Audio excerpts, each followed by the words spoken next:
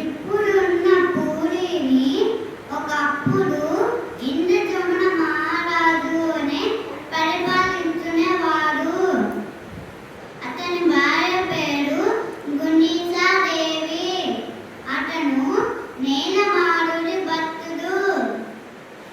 అతను నీలమాధుడికి ఒక ఆలయం కట్టించాడు.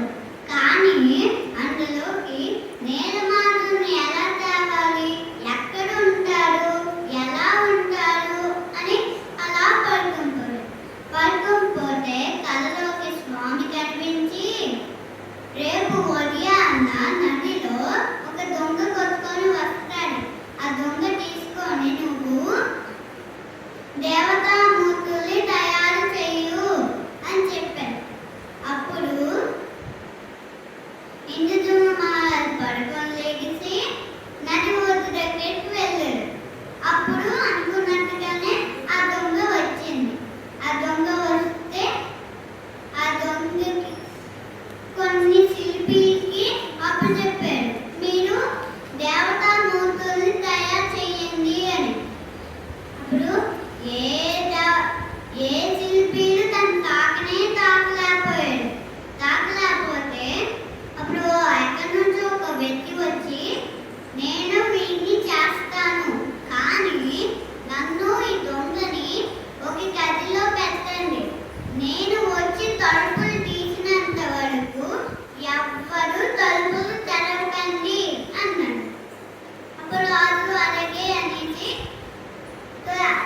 ఆ వ్యక్తిని ఆ దొంగని ఒక గదిలో పెట్టేస్తే కొన్ని రోజులు అయ్యింది.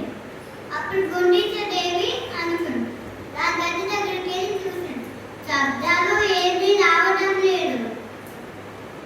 అప్పుడు గుండీచాదేవి తిన్నాడో తినలేదో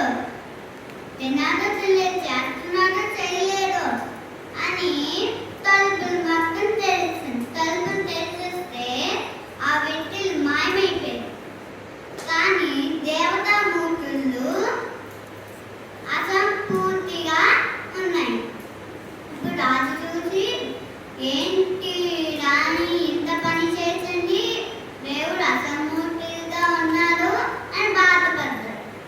అప్పుడు ఆకాశం నుంచి కొన్ని మాటలు వచ్చాయి. అవి ఎలాగే ఉండాలనుకొని, అందుకు అవి ఎలాగే ఉన్నాయి, నువ్వు బాధపడకు అని చెప్పాడు.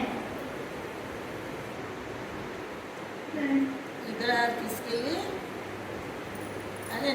ఆ విగ్రహాన్ని అక్కడే